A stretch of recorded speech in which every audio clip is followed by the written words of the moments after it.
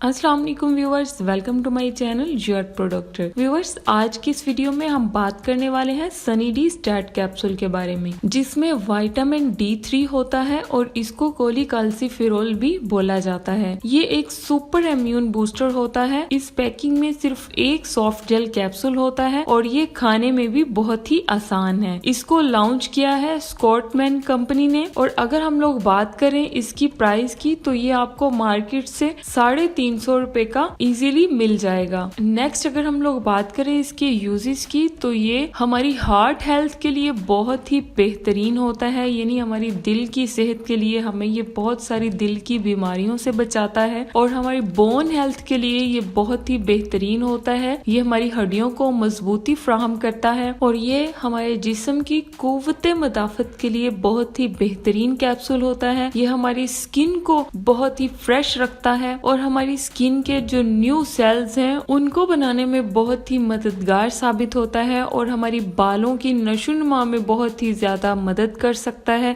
यानी हमारी बालों की ग्रोथ के लिए बहुत ही ज्यादा हेल्पफुल साबित हो सकता है। और जो लोग ये कहते हैं कि हमारे जिस्म में बहुत ज्यादा दर्द रहता है, हम लोग हर वक्त थकावट फील करते हैं या थोड़ा सा काम करने के बाद भी वो बहुत ज्यादा थक जाते हैं, तो उनके लिए सनी डी कैप्सूल जो है वो बहुत ही ज्यादा बेस्ट है। यानी उनके जिस्म दर्द के लिए या कहीं भी उनको दर्द हो रहा है तो वो सनी डी कैप्सूल का इस्तेमाल कर सकते हैं। और वो पेशेंट्स जिनको डायबिटीज है यानी शुगर के मरीज हैं उनके लिए बहुत ही बेस्ट कैप्सूल है। और जिन लोगों के दांतों से खून आता है या उनके दांत हिलते हैं तो उनके दांतों की सेहत के लिए ये बहुत ही बेहतरीन कैप्सूल है। ये आपके ब्लड प्रेशर को कंट्रोल करता है। हाइपोटेंशन या हाइपरटेंशन वाले जो पेशेंट्स हैं वो भी सनी डी स्टैट कैप्सूल का इस्तेमाल कर सकते हैं। और ये आपके जिस्म में कैल्शियम और फास्फेट की अब्जॉर्प्शन को इम्प्रूव करता है, जिससे आपके जिस्म में जो कैल्शियम की कमी होती है वो पूरी हो जाती है। और